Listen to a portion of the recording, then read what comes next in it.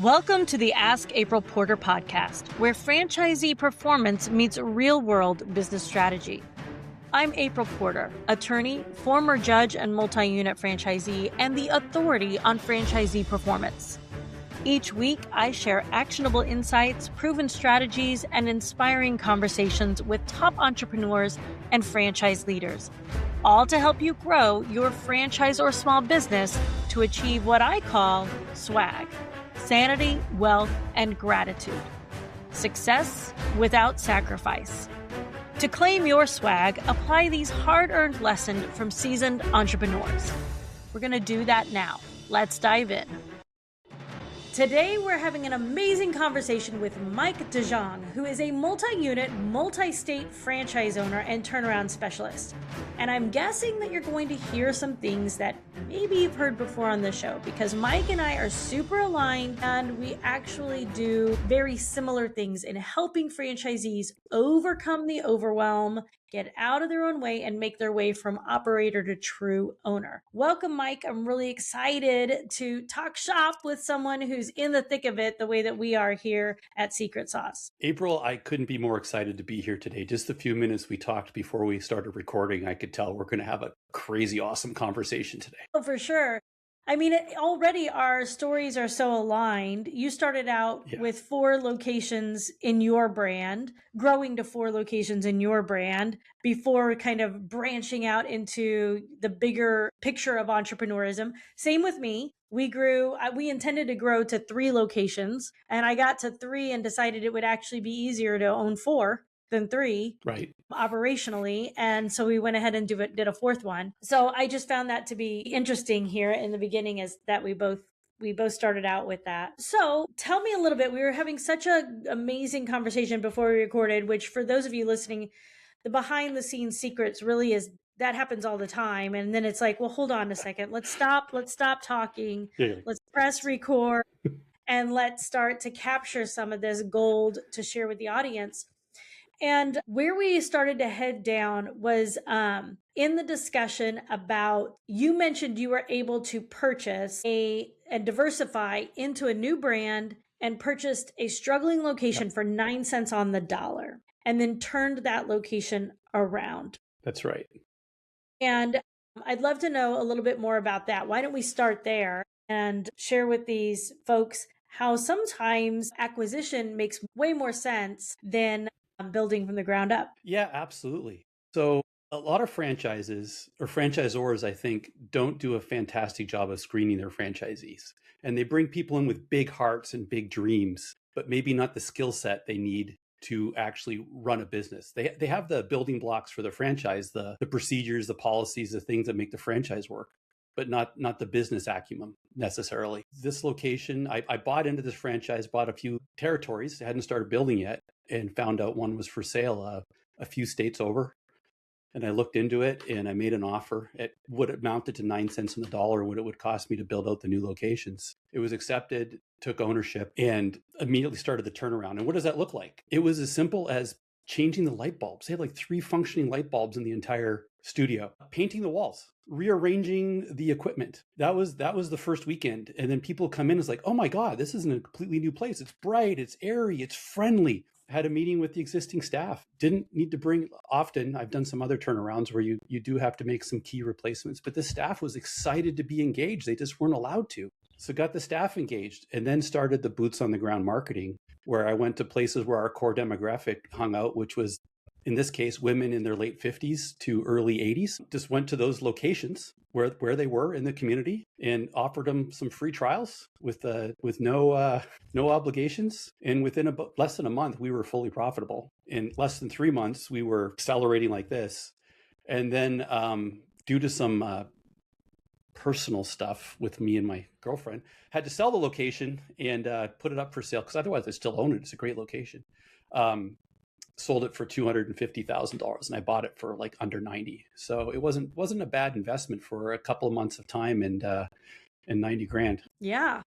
Well, and what I heard you just say, and this is what we talk about a lot. We do a cash flow workshop where the secret to the cash flow workshop is helping owners understand those 2 to 3 things that you need to begin to focus on and let all the other stuff fall away. All the other things that are noise Yes. that are making you feel overwhelmed, that are making your nervous system scream at you that that's what, oh my gosh, I can't do those 2 to 3 things that take deeper level thinking, that take a deeper commitment to follow through because I have all these other little things that have to get done first. And that's part of Yes. making that switch from operator to owner, is learning how to not listen to that noise and instead identify the levers that truly are going to drive the results and focus on those.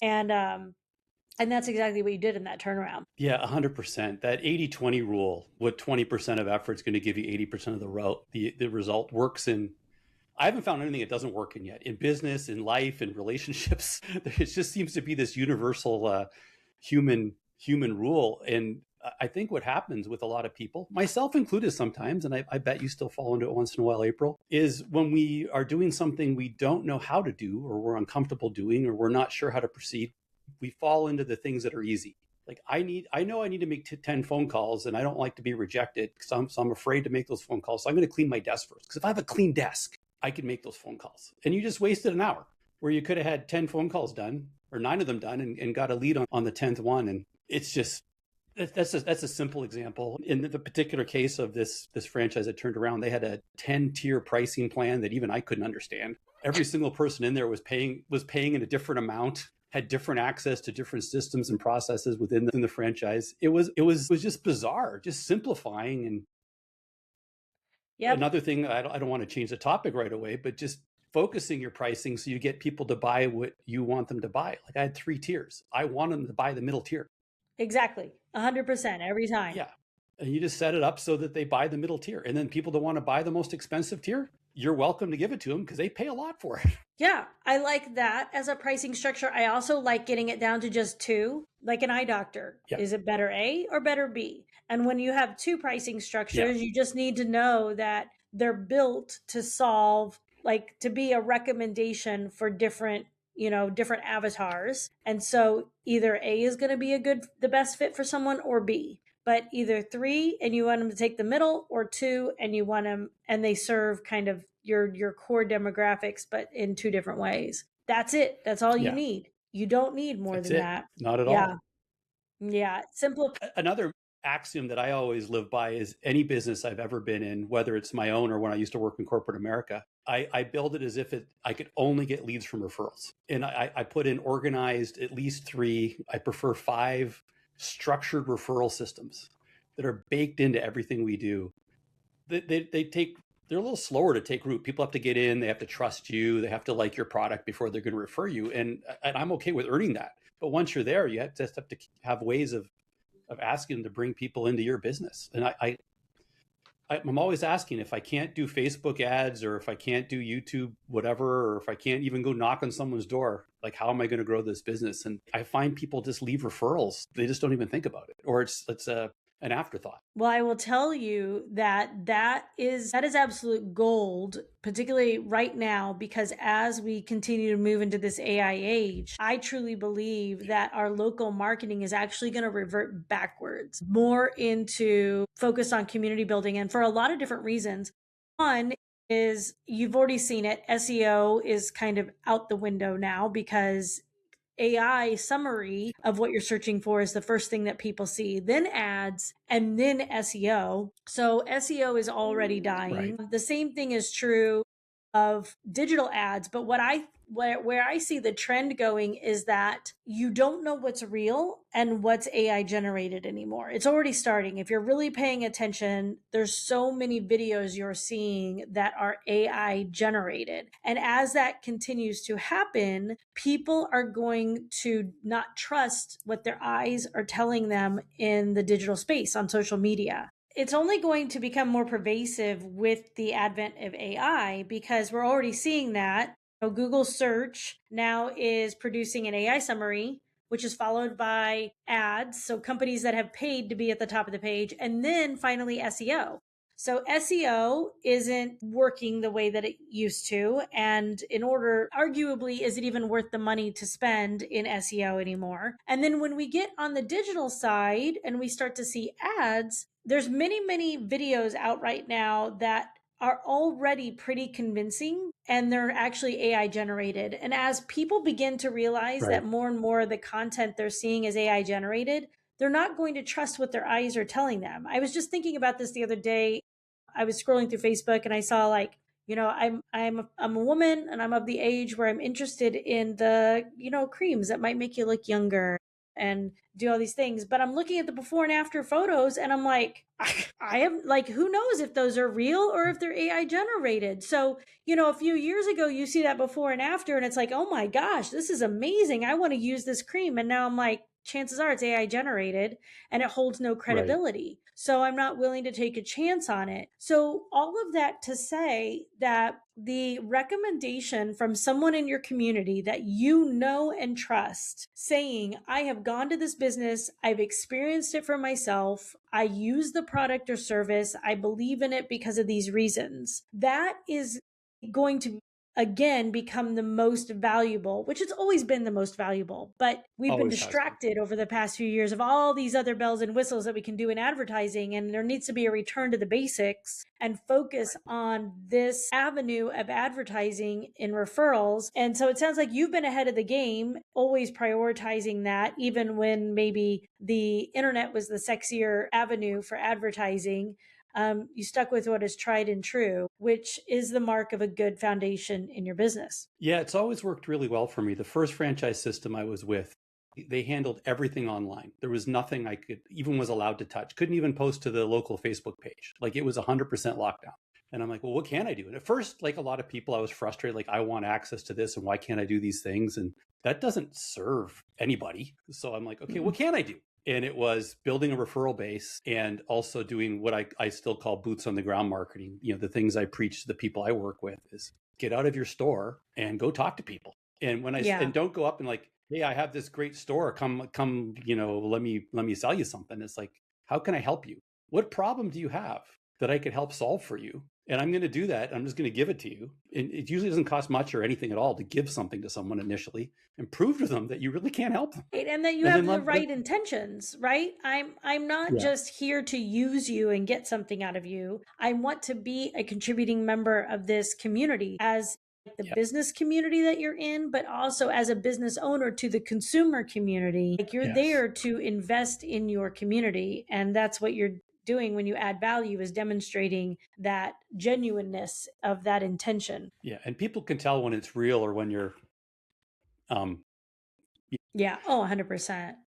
100%. Yeah, and if you can't generate the real, then I recommend people. I'm like, all right, how are we going to set up your facility to sell it? Because you don't have the passion anymore. You gotta really believe in what you're doing. Well, I think that's what I think right there is one of the biggest gaps that franchisees come into franchising with, is that, and this is a failing I see all across franchising, where when the model is explained to them, it is explained in terms of, a passion for delivering the product or the service, right? Everybody's aligned on that passion for delivery of the product or the service. And there is kind of this skipping over the way, how do we get to that delivery? Well, someone's got to sell it. And even franchisors sometimes are almost maybe in denial that their model is a sales model, that it requires the franchise owner to be good at sales. And the franchisee is also in denial about how much they're going to have to sell in order to make it work. I was talking to a franchisor, I don't know, a couple months ago, and they told me that they just signed up a new prospective franchisee, and it's a smaller franchise. I work closely with them. So we were excited, and I was like, great. So, like, tell me a little bit. And they're like, well, he's very shy, and he's not, he's very introverted. And I'm like, your whole model is a sales model. It requires the franchisee to sell 3 3 times different parties in order to generate revenue for a single sale. And they're like, well, but he's really excited. And we think that he'll like learn that. I'm like, it's possible for people to learn sales skills, but we're not talking about just sales skills. We're also talking about the internal nervous system that's going to throw up psychological and emotional blocks to selling, because either I feel bad, like I'm pressuring someone to buy something, and so I'm taking responsibility for their wallet and I feel bad asking for money. I feel like I don't want to be a pushy salesperson. Pushy salespeople are unethical, so I don't want to be unethical. There's all these like things that people come into sales, all kinds of crazy beliefs that will prevent that person from being able to open their mouths and deliver the sales script that you've trained them on. And I think that is one of the biggest hurdles for people to get over, is they want to jump to the delivery of the product or service because that's where the fun is, and skip over the reality of how do we make that happen. And we've got to be good salespeople. It's oh my God, it's so true. And some franchise systems do a really good job of matching that up, and I think most don't. Most are just looking to sell units, and it's so unfortunate because you see real people struggling. And the sales thing, it's universal. Like even salespeople tell you they don't like to sell. It's kind of funny to see, but down deep, this is something when I work with people, I tell them all, well, you are a salesperson. Like, no, I've never been a salesperson. I don't know how to sell. I'm like, well, have you ever had a girlfriend or a boyfriend? Well, yeah. Well, how do you think you got that person in your life? Or if you ever convinced your roommates to do the dishes when you were in college or something? Well, yeah, that was a sales job. Like we have it in there. We just label it as something like poisonous instead of, when we have truly a service or an object or something that could help people, we could lead them down the path, and wouldn't we be doing them a disservice if we didn't help them? And it kind of changes the conversation. The best example but the of that wiring is in children. people's heads is I mean, anyone who has a child is selling all day long, like selling them on the idea to get out of bed, selling them on the idea to brush their teeth, selling them on the idea to wear appropriate clothes for the weather, right? Like to wear pants, everything. And children are the best salespeople because they're constantly selling their parents on they should be able to stay up later or go to their friend's house or get the latest iPhone or whatever. Yeah, exactly. So that's a big failing I see in a lot of brands at the candidate level, is just because, and it's not done with intention. It's because everyone's so dang excited about changing the world through the product or service, right? That's why most people sign up is, oh my gosh, I'm going to help people get fit and create healthier lives. They're going to live longer and be able to do more with their families. And that fills people up. That passion fills you up. And we don't stop and say, yes, as the franchisor, we're so excited that you're that passionate about it. I want you right now to sell me, like pretend you're the owner today and you're going to sell me a membership, right? Yeah, couldn't agree more. Yeah. We get them after the fact. So how can we help them here? Oh my gosh, I know. So we typically, we were talking beforehand that you see a lot of what I see, which is people start looking for outside help when they're struggling. And of course, we want to help people get over the struggle and get beyond that. But man, wouldn't it be great if it was just a well-known, accepted part of the system that once you master what the franchisor has to teach you in regards to the model, you transition to learning how to scale with people that can help you overcome those internal blocks and the individual attention you need to apply to your units and your model in order to succeed. Yeah, there should be a whole training session globally for franchises. Maybe we should put that together. Like I like to talk about, and there's thousands of different names for the different types of leader. Your charismatic leader, your bureaucratic leader, your whatever. But in business, I like to lump them all into 3 groups, and that's your artist, your manager leader, and your entrepreneur. And you got to figure out which one you are. And we could discuss what those are if you want, April, but you got to figure out which one you are and then fill in the gaps of the other 2, or else you're going to be constantly just banging your head against the wall and not getting anywhere. Yeah. Well, I'd love to know how you define those 3. Yeah, absolutely. So when I say artist, manager, leader, and entrepreneur, all of them are entrepreneurial. If you are owning a business, you could be entrepreneurial. So I want to start there. But your artist tends to be your person that just loves the details. They love the operations. They love being up front, talking to customers. An analogy, we just started baseball season. The boys are back in town as as we're recording this, that would be your baseball player. They are out there and they're swinging the bat and catching the ball, and they are really good at that. That's what they do. And some of the highest paid people in sports business are the artists, the players. So people think, oh, I got to be an entrepreneur, I'm not going to make any money. No, the artist can make a lot of money. That's okay. The next level up, the manager leader would be like the coaching staff. These know how to move the artist all in the right direction. They know how to rein in the entrepreneur. They know how to keep everything going. They build the systems and the processes, keep the trains on the tracks and running on time. And nothing gets dropped. And then you got your entrepreneur. That's like, all right, I'm looking for the next deal. I love sales. How am I going to grow this thing? Where's the next big situation, sale, whatever, coming from? And if you're one of those, if you could fill the other two, like, you're basically unstoppable. But people tend to find the same people that they are. If they're an artist, they hire other artists. And they don't even hire good artists. They hire artists that if you're an A player, they're hiring B and C players. And they're just handicapping themselves. Well, I find actually a lot of franchisors do that too, right? Especially the small ones early on. And what I see people doing is they don't know how to hire. That's another area where they come into franchising having no experience on how to write a job description or how to interview and how to detect the person who will be the A player versus the C player. And so often, especially in franchise systems at the franchisor level, they hire their friends. Yes, their friends and relatives. Man, what a recipe for disaster. Because when you outgrow your team, as long as you're continuing to grow and you're growing your business, you will outgrow your team.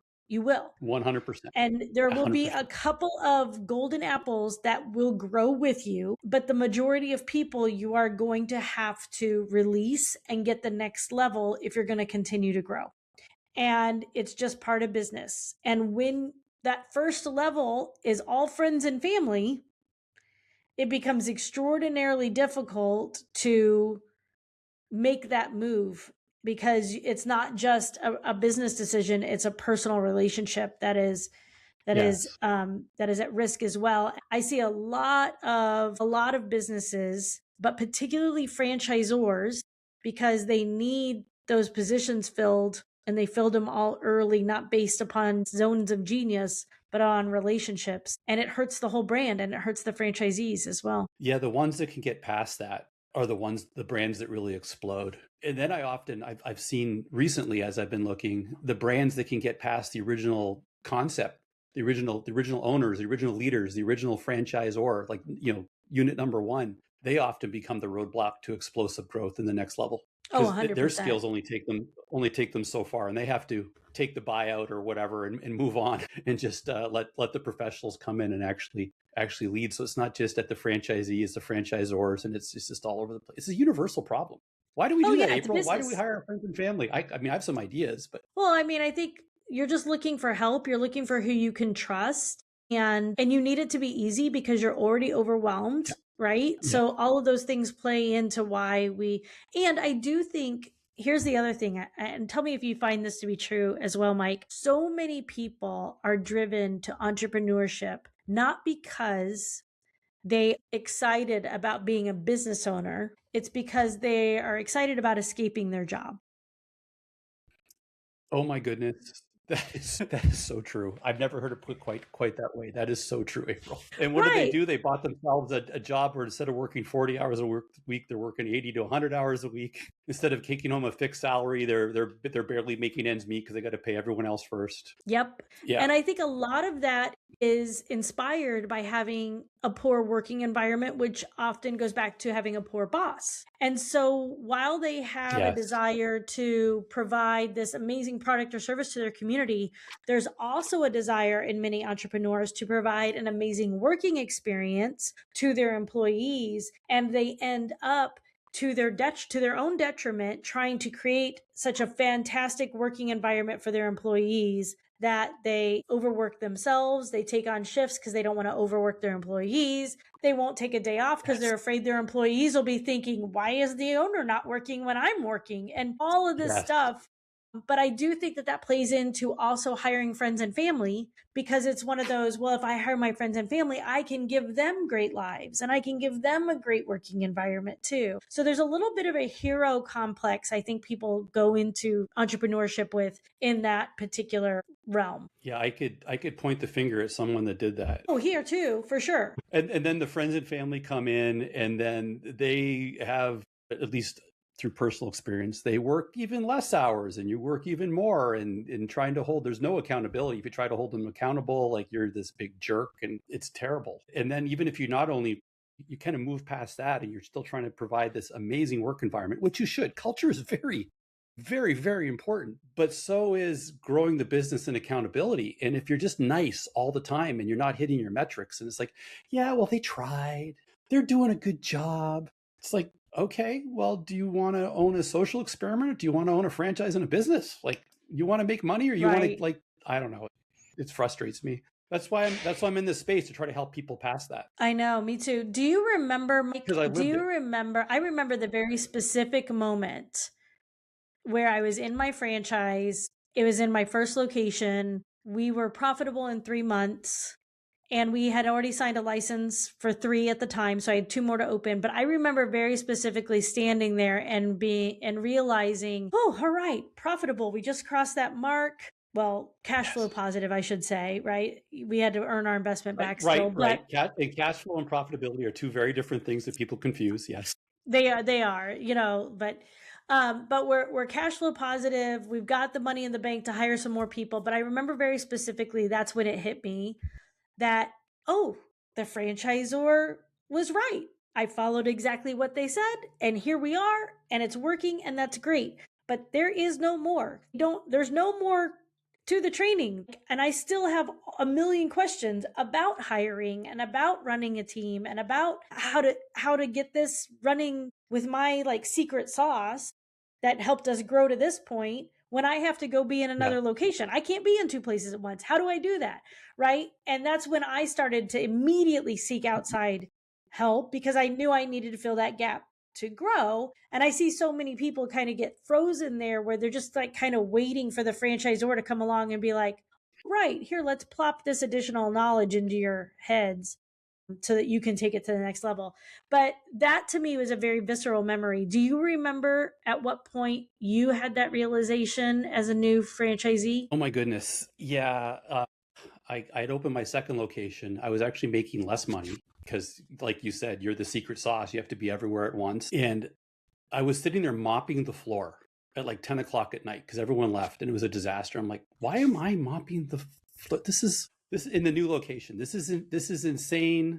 I don't understand what's going on. And then I started my journey, because I realized, right, the franchisor wasn't coming in to save me, to find the mentor or that could guide me, and then find the staff that could fill in and be me. And then I made a lot of stumbles, April. I hired, the other problem we're talking about, hiring, I hired the wrong people. Mm-hmm. And it wasn't even friends and family. It was people that interviewed well and had great references and had done similar jobs before. And they weren't culture fit. So they weren't a fit with, well, how, you or I led the operation. And you have all the reasons. I had one, I finally thought I found the nirvana. I'm like, oh my God, I found the right manager.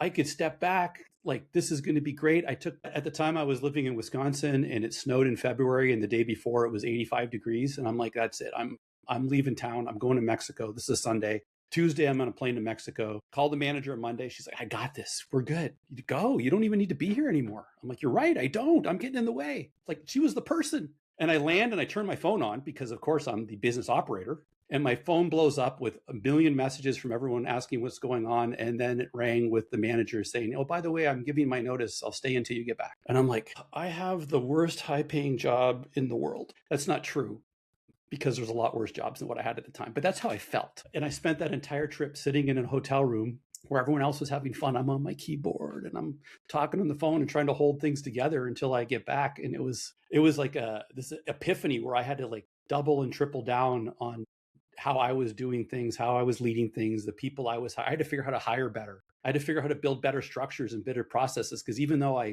she was a good hire until she left, there was no processes in place. So when she left, with her not there and me not there was no one on to do anything. And it was embarrassing because I spent years as a mechanical engineer. Like, I know how to build processes. Why didn't I build any processes? I'll tell you why. Because in corporate America, I hated meetings and I hated processes. I was sick of them. Well, and in corporate America, the processes were built for you and you step into them as a leader, right? And so I think that's why a lot of executives or people who are even mid-level management in corporate come over to franchising, and franchisors are like, all right, we have someone who's been a leader. They know what they're doing, and they come in and they struggle because they didn't create the processes. They made sure the processes were executed. And in franchising, you have to create the processes in your unit. Yes, you have the operational stuff that the franchisor gives you, but the actual way in your system's got to be created by you. And it has got to be the one true way. I started with, just get me to 8. I don't care if it's 7 plus 1, 5 plus 3, 4 plus 4. I don't care. Just get me to 8. 8's the result. I'm happy if you get me to 8. And over the years, realized, no, the best way is 4 plus 4, because every other way costs me more money, doesn't serve the customer as well. And that's the most important part, and like burns everyone out. So we're going to do it this way. And it just took a long time to get there because I didn't have an April in my life to come in and rescue me. Well, I mean, I do think this is what I call the franchise gap. So I believe there's a franchise gap. I've seen it now for years. I sold my locations in 2020. I recognized that this was a gap, that it wasn't just me, but that this was a trend and a pattern. And I was watching it happen over and over again with franchisees in our brand, and then became involved. I actually became involved as the business education task force chairperson for the American Association of Franchisees and Dealers. And they had 60 chapters across 60 different brands. And once I got involved in that, I was like, wow, this isn't a brand problem. It's not a me problem. This is just the pattern of learning business and learning it inside franchising. And and so that is the gap. It's that people come into franchising, believe they're buying a business in a box. So they believe they're going to get, quote, everything they need from the franchisor. And the salespeople selling the franchise are very good at promising that you will get everything you need through the franchise. And nobody's talking about what is that list of things and what are the things that you do not get. And you do not get individualized coaching or even discussion over the patterns and the subconscious habits you've brought to the business that are going to show up and get in your way. And then how do you overcome those? How do you create new patterns? How do you create new habits? How do you learn all of these interpersonal things that aren't cookie cutter? I mean, that's the other thing, is we're told franchising is cookie cutter. The model is, but the franchisee experience is not. The one variable in the standardized equation is the franchisee. And there's nothing built to account for a variable. No, they all have different life experiences. They had different leaders that they worked under over the years. And they maybe if they were leaders, because not all were, they led different sorts of teams than what they're leading under their own business. Different education levels, different skill sets. Different experiences with money. Which I think is one of the biggest obstacles for people, is how their family grew up around money. Yeah, there's a lot of mindset work most of us could do around money. You know, I can't make more. It's subconscious for most people. Oh, you can't do better than mom and dad or Uncle Joe or whatever. Yeah. Or you have to work, in order to make more money, I have to work more hours. Right. And that works early on. I think I call that the operator trap. It's like, if I work hard, I'll succeed. And that works right up until it doesn't. Because there's only 168 hours in a week, and you need to sleep and eat during some of them, and maybe do a few other things. But you can't work the whole 168 hours. Like, hard work gets you so far, and then you're trapped because you've never built the team, you never built the processes, you've never built the systems, you've never found the mentors to let you get out of it. Right. But it's possible. So I know that's the one thing I wish for franchising. And I'm like, let's just start to be honest about this and make it part of the standardized system, that this is what the franchisor gives you. And once you master that, then you need to move to the scaling piece of the puzzle, which means you're going to need to invest in outside coaching, mentorship, education in order to fill in that gap. And then you move into full entrepreneurship, where it becomes rinse and repeat. If you've done that correctly and if you've gotten everything in place. Couldn't agree more. Well, this has been a That's great hilarious. conversation, Mike. I think we're seeing the same things across the board. Yeah. For anybody who's out there, struggling or feeling like you're just kind of on that hamster wheel and you've done all the things you know how to do and you can't quite figure out, what do I do differently to make this work differently? This is what it is. It's finding someone like Mike, someone like us. Someone like April. Yeah, Yep. like just some way, some outside help. And we're here. And Mike, I know this is true of you too. Like, we don't want anybody to have to spend the money we've spent, the time we've spent. Oh no. The headaches we've spent, The pain figuring this out. Like, we'll just tell you how to do it. We'll take all that away.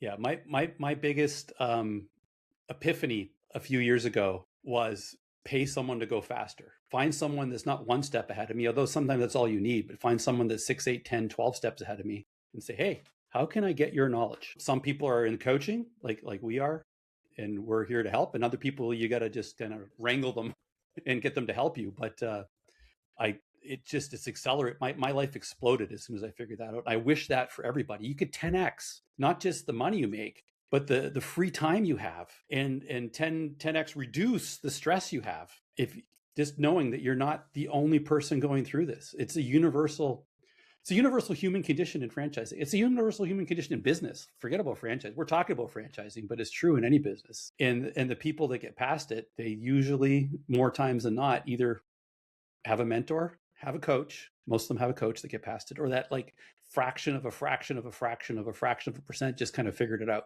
Yeah. And those ones, they usually take a long time to get there. Yeah, for sure. Because they're spending all of their time reading books and listening to podcasts and trying to piece it all together and trying to connect the dots on their own. And that's the long way.